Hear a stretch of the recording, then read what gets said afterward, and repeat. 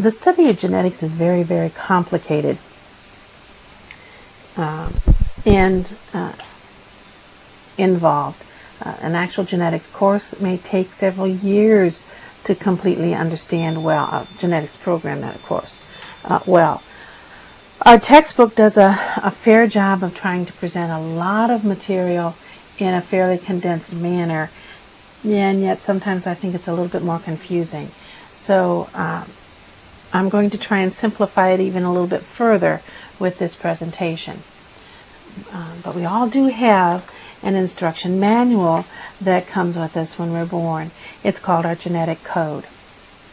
And when that was discovered a few years ago, this cartoon appeared in the newspaper where it says, what do you know? As it turns out, we do come with an instruction manual when the human genetic code was cracked. DNA directs the synthesis of all the body's proteins. It is a universal code. That means that all living organisms use the same DNA codes, whether it's a blade of grass, a sheep, a cow, or a human being. They all use the same DNA codes, but in a different order. DNA is a double helix formation. It is formed and replicated only in the nucleus of the cell, and it is composed of 4 bases, and those bases in humans are consistently paired. In other words, we have adenine with thymine and guanine with cytosine each time. Now, the proteins that are formed based on the DNA code make up 20 amino acids, of which 8 are considered essential.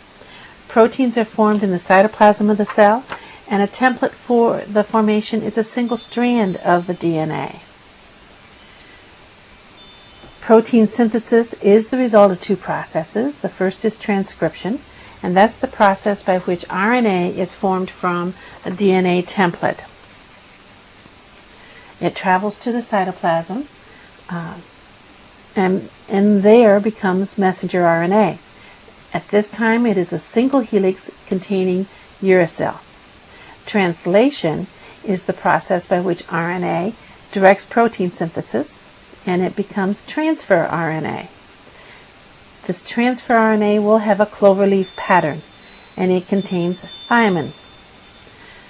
This forms proteins in the ribosomes of the cytoplasm. This is a diagram showing the double helix design at the beginning that separates into RNA and travels to the cytoplasm and becomes messenger RNA by transcription and transfer RNA by translation. Mutations are a change in any inherited alteration of genetic material, or any change in your genetic material. It is extremely rare, but it can result in disease or in no problem in that person in which it occurs, and when that occurs, that's called silent substitution. Mutations increase in frequency in the presence of a mutagen, and a mutagen is a substance which promotes mutations. For example, radiation such as sunlight, neon lights, X-rays can promote mutations that can lead to cancer. Nitrogen mustard was a gas that was discovered back in World War I and was used as a poison to kill people back then. Vinyl chloride is used in automobile seats, seat coverings, cars on our houses, and vinyl chloride, when inhaled, can cause problems, or on the skin can cause problems. Formaldehyde, I don't know about you, but I've had to cut up over my educational career various cats, frogs, and other critters, and they've all been preserved in formaldehyde. Well, if that formaldehyde were exposed to my living tissue over a long period of time, that could have caused a mutation in me.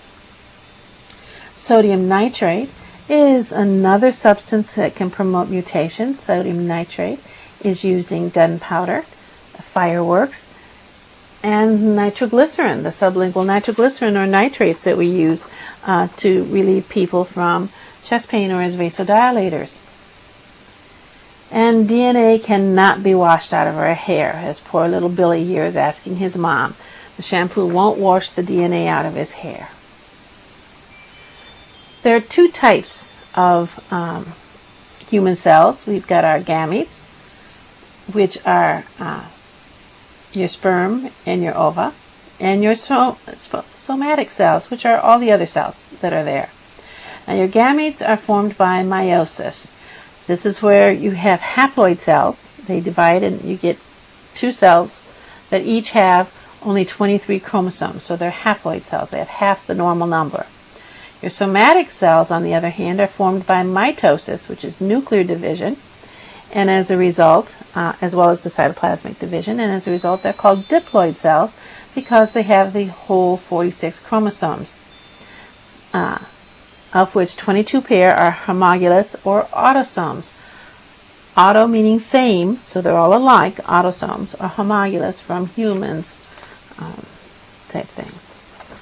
Chromosomes are classified by their length, how long they are, and by their position of their centromere. And as this little arrow points out, this is the centromere. Pardon me. This is the centromere. And abnormalities that occur there are the leading cause of mental retardation and miscarriage. That occurs about in 1 out of every 12 births. Euploid cells are cells with a multiple of the normal number of chromosomes. Eu meaning normal. Anytime you see the prefix EU, it means normal. Euthyroid means you have a normal thyroid. Polyploid means you have more than the diploid number of cells, more than the 22. Polyploid cells occur normally in the liver, in the bronchus, and in epithelial tissues. Triploidy means that you have 3 copies of the diploid number, and tetraploidy means you have 4 copies. Triploidy and tetraploidy cause 10% of all known miscarriages. Aneuploidy, an means without, so without the normal, because you got an meaning without, EU meaning normal, so without the normal number of chromosomes, doesn't contain a multiple of the 23 chromosomes. This aneuploidy is only a problem if it occurs in the sex chromosomes, if it is in the X chromosome that is missing. This is usually a result of non-disjunction. So the cells don't separate appropriately. Now, there are different types of non-disjunction. Trisomy means that you have 3 copies of one chromosome. Trisomy 21 is also called Down syndrome. This was named after J. Langdon Down back in 1866. It occurs in 1 out of 800 live births. You got to remember that when the mother is born, she's born with all the eggs she's ever going to have. So 95% of the time, maternal non-disjunction is the cause of trisomy 21 because the eggs are the same age as mom. So if the older the mom is, the older the eggs are. 5% of the time it is associated with paternal non-disjunction. Symptoms: you'll have a low IQ, a low nasal bridge, epicanthal folds, a protruding tongue. That protruding tongue causes swallowing problems and increases their risk of choking. They'll have flat, low-set ears, short stature. This epicanthal fold that I mentioned is a vertical fold of skin from the root of the nose to the inner canthus of the eye. And it's very similar to some Asian races. Coronary heart disease can occur. You'll have an increased incidence of acute lymphocytic leukemia, about 20 times greater risk.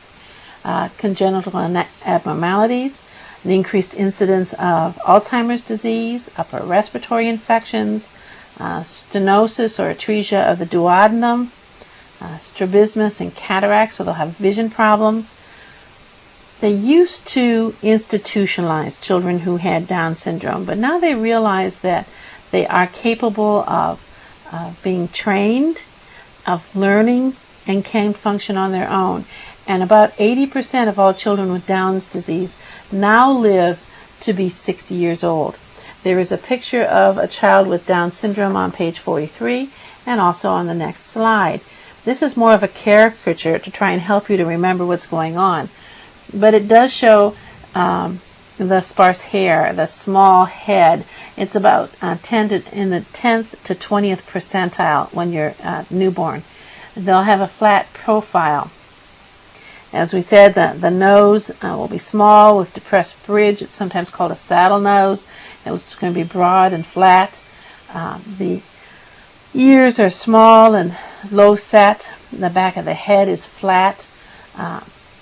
The tongue protrudes because the oral cavity is smaller than normal. You're going to have an extra pad of fat at the base of the head and the back. Like a puppy, you'd be able to pick that fat pad up. The iris of the eye may have white specks called brush field spots. They may have all of these symptoms or just a few of these symptoms, depending upon the degree to which the Down syndrome is present.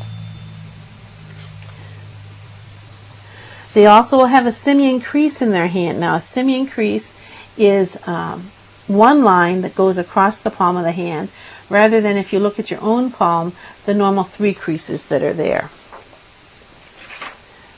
In general, when you're talking about chromosomal material, the loss of chromosomal material is more serious than the duplication of chromosomal material. So if you have more than natural, that's not going to really be a big problem. It's when you have less than normal. Chromosomal mosaic is looking at the picture of what the chromosomes in the body look like. You need to do a karyotype, and a karyotype is an ordered display of the chromosomes.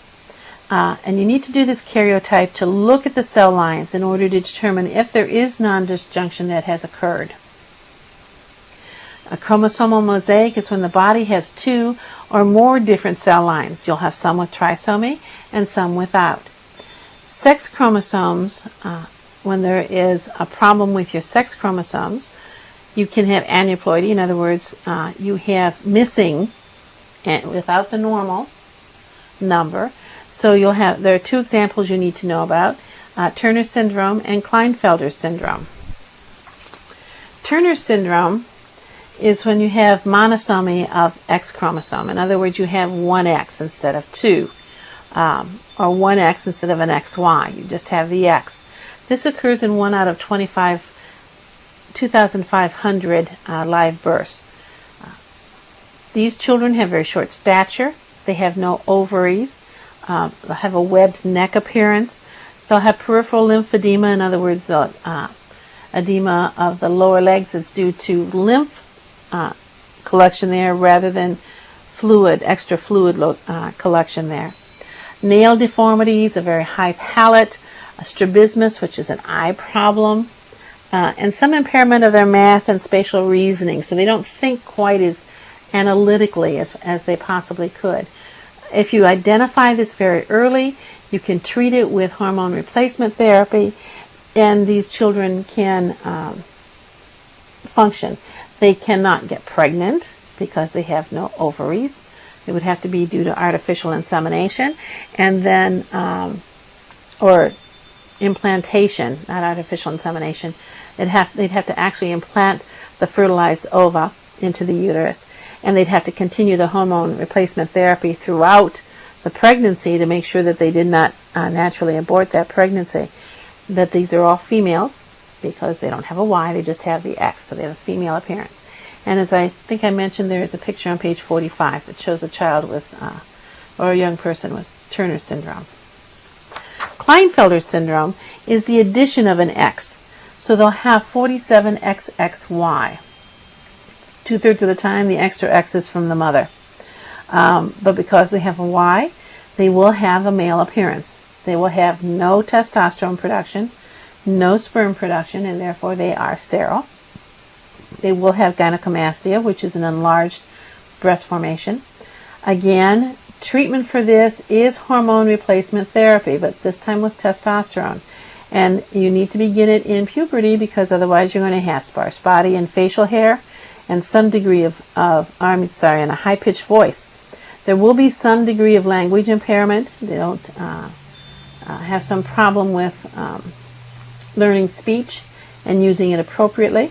It will take them longer to do that. And they may also have some mental impairment. There's also a picture on page 45 of a child with Klinefelter syndrome. You can have an alteration in the chromosome structure that causes a problem. For example, you can have deletion of genetic material. Now, this will occur, this alteration in chromosome structure will occur during meiosis and mitosis that causes that alteration. There are different types. You can have deletion, as I mentioned, of genetic material, which an example is Cri-du-Chat syndrome. And Cri-du-Chat syndrome is also called a cat's cry syndrome. These children have a severe mental retardation, very small head, and multiple heart defects. They rarely live to be teenagers, let alone young adults. Duplication, and as I said earlier, duplication is not usually a problem. They can have inversion. Again, with inversion, there's no loss of genetic material. So instead of having your chromosomes ordered as A, B, C, D, E, it'll be A, B, D, E, C. In the person it occurs, not a problem, but it will be a serious problem in their offspring. Translocation, is again no loss of genetic material, but you'll have some cells that have monosomy and some cells that have trisomy. Again, this is a problem for the offspring, not for the person. Fragile sites is when you have distinctive breaks or gaps on the chromosomes. An example for this is Fragile X syndrome. This is the second most common cause of mental retardation. This affects all male children because they only have the one X, and it will affect 1/3 of the females because they get two X's. Mendelian traits are considered single gene traits. These are named after Gregor Mendel, who was a monk back in the, I think back before the 19th century, who looked at peas and corn and figured out why the corn grew so tall and the peas had fewer peas or more peas. And what he did is he looked at the locus, which is the gene position on the chromosome. He then decided, were they homozygous, in other words, two identical genes, or heterozygous, where the genes were not identical. He looked at the genotype, which is the composition of the genes at a single location. And he looked at the phenotype, which is the outward appearance of the individual. Now, phenotype is the result of the environment and the genotype. And an example is PKU, which is phenylketonuria. This is the inability to metabolize phenylalanine, which is an amino acid. And if it's untreated, it can cause severe mental retardation. Phenylalanine is contained in all sodas. And if you read your soda container, whether it's Coke or Pepsi or whatever, it'll say it contains phenylalanine. So if you have PKU, you cannot drink soda. And according to recent literature, we shouldn't be drinking as much anyway because it affects the enamel on our teeth. He also looked at whether it was a carrier, whether someone was a carrier, or whether the gene was a dominant or recessive trait. Now, if they're a carrier, that means that they have the genotype of the disease, but no appearance of the disease. They just kind of carry that trait with them. A dominant, on the other hand, only requires one gene in order to be visible. It is the observable genotype. You only need one copy to be visible. Recessive, on the other hand, requires two genes in order to be observable. So recessive, they'll have the someone may have a genotype, but it is not observable because you need two copies for it to show up. Mode of inheritance, or the pattern of inheritance.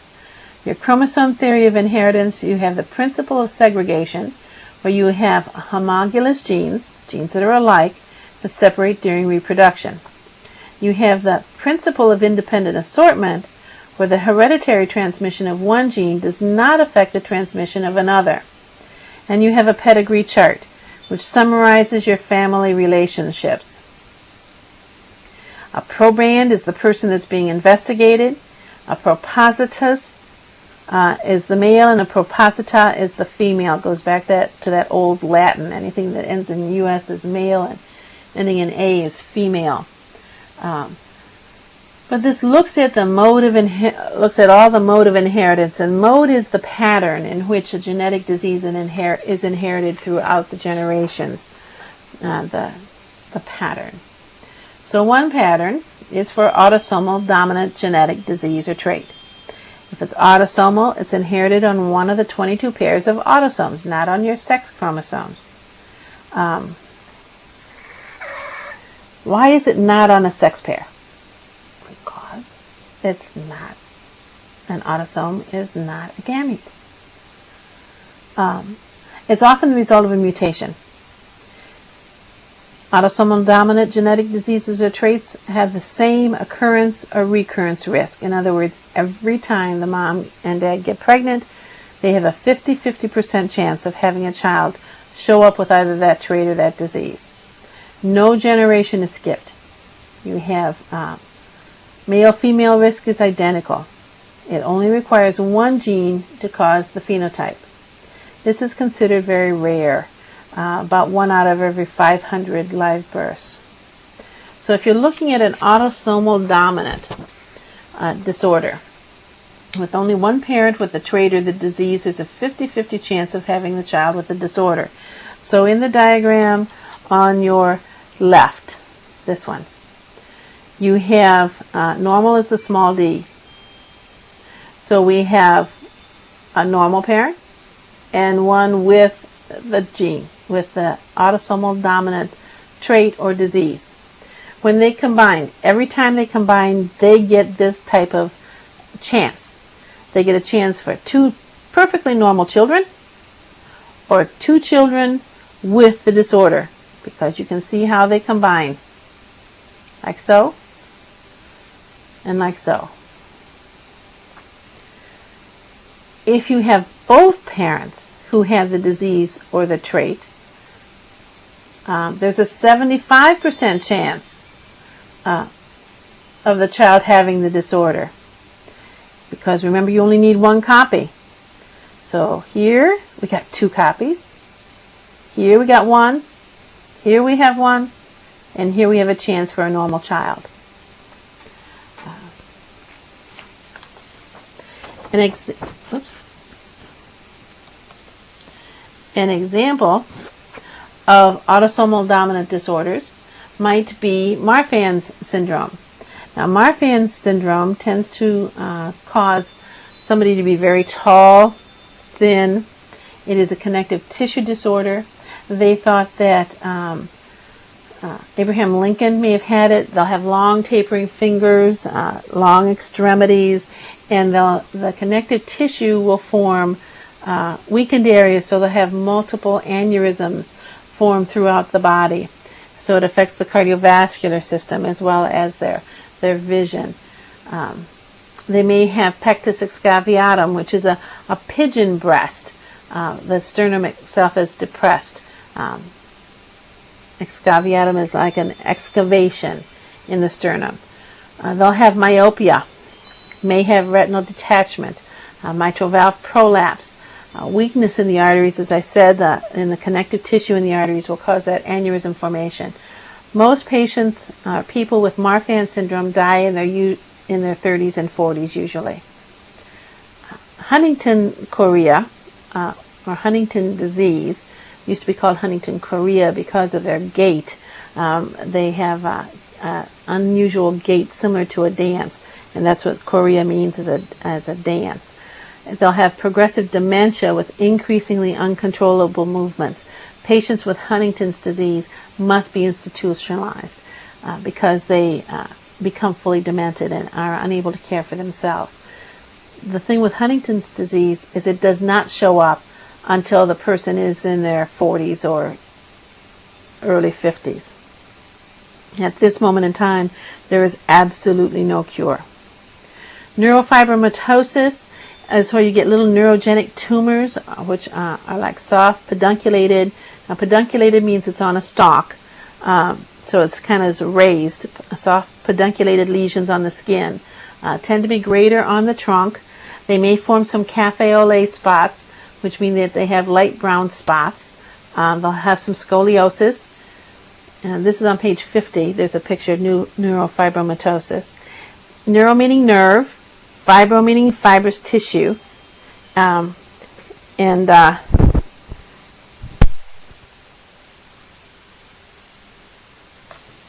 neurofibromatosis also has an increased risk for pheochromocytoma. And pheochromocytoma is a tumor of the adrenal medulla, and we'll talk about that when we talk about the endocrine system. Pedunculated, as I said, means on a stalk. Characteristics of genes. Penetrance is the percentage of the individuals with the expected genotype and phenotype. In other words, they have the disorder and they look like it. Incomplete penetrance means that they carry the gene, but it doesn't show the trait, that they'll transmit it to their children who may show the trait. An example of this is retinoblastoma. Retinoblastoma is a malignant eye tumor that affects children. It is due to the absence of your tumor suppressor gene, which is on chromosome number 13. It is present in 90% of obligate carriers, and obligate carriers means that both parents and children have the phenotype. Expressivity is the extent or degree to which a phenotype varies from another phenotype. There is a figure on page 50 that shows neurofibromatosis and the degree to which it may show up on the skin in different areas. Characteristics of autosomal recessive diseases or traits means that the male-female risk is the same again because it's on the autosomes. Consanguinity, which is intermarriage of first cousins, increases the risk of recessive disorders because you're going to keep using the same gene pool. Autosomal recessive diseases or traits occur in the siblings, not in the parents. Approximately 25% of the offspring are affected. Parents are considered heterozygous carriers. In other words, they have one that's normal and one that's abnormal. There are carrier detection tests that are available for these disorders. And the disorders are phenylketonuria, or PKU, sickle cell disease, cystic fibrosis, Tay-Sachs, Huntington's chorea, and galactosemia. Now keep in mind that any time you have been tested for this, it then becomes a pre-existing condition, and insurance companies may not necessarily pay for it. That becomes an ethical dilemma that we need to deal with as healthcare providers. So if you're looking at a diagram that's looking at autosomal recessive, now remember normal is the small d, so recessive will be the big D. So we have two parents that are autosomal recessive. When they combine, you have one person that gets both the recessive genes, so they'll show the disease or the trait. You'll have two others that are carriers and one normal child. This is looking at the inheritance of sickle cell anemia and the sickle cell trait. The sickle cell trait is the darker blue. I kind of think it shows up better using the colors than the letters. You have on the left both parents that have the trait, so that's a very light blue. On the right you have both parents with the disease. And as you can see, with both having the trait, you're going to end up with one child who has sickle cell anemia, two that have the trait, and one that's totally normal. Why that's happening, I don't really know. But if both parents have the disease, every child will end up with the anemia because of the way in which it combines. Look down below. You've got one with the disease, one normal. They all have the trait. If it's the dad, you switch it around. If it's the mom, two end up with the trait and two are unaffected. Okay. Phenylketonuria, or PKU, is an abnormal autosomal recessive disorder. It's a deficiency of the enzyme that converts phenylalanine to tyrosine, two different proteins in the body. 1 out of 15,000 infants in the United States have this, so it is fairly rare. But if it's untreated, if they don't know about it, it causes mental retardation, delayed speech, very small heads on the infants and children, or microcephaly, and visual defects. Tay-Sachs disease is also autosomal recessive. This tends to occur more so in Eastern European or Ashkenazi Jews. That causes a progressive muscle weakness that starts at ages 6 months to 10 months of age, and will progress with rapid deterioration of your motor and mental function. It will cause blindness, decreased attentiveness, seizures, and it usually causes death before the age of 4. X-linked inheritance is a sex-linked. The trait is greater in the men. The trait is never transmitted from the father to the son because it's X-linked, and the father only gives the Y to the son. It is transmitted by carrier females, so it can skip a generation. It is transmitted from fathers to daughters and mothers to 50% of their sons. An example is Duchenne muscular dystrophy. This is the absolute worst type of muscular dystrophy. These children are always seen as the poster children for the Jerry Lewis telethon because it's the most heartbreaking to see them. This is due to an absence of dystrophin, which is a muscle protein that's necessary for maintaining the structural integrity of the muscle cell. And so therefore the muscles kind of like, well, they don't really, but it looks like they melt. They just don't have any function, they don't work really well. These children will die before the age of 20 because of heart and or lung disease, and this will occur in 1 out of every 3,500 males. When you're looking at recurrence risk, this means that the affected mother will transmit the trait to 50% of their sons and daughters. The affected father transmits the trait to all the daughters and none of the sons. The affected father and the carrier mother end with 50% of the daughters as carriers, 25% of the daughters with the disease, and 25% of the sons without the disease. A sex-limited trait only occurs in one sex. A sex-influenced trait can occur in both sexes, but needs to overcome something to be seen in both. For example, male pattern baldness is dominant in male because one gene is sufficient, but in women it requires 2 genes to occur. So in women it's recessive, so it takes 2 genes. In males it only takes 1. A polygenic trait is a trait that results from several genes working together to cause something. This finishes the genetic lecture per se.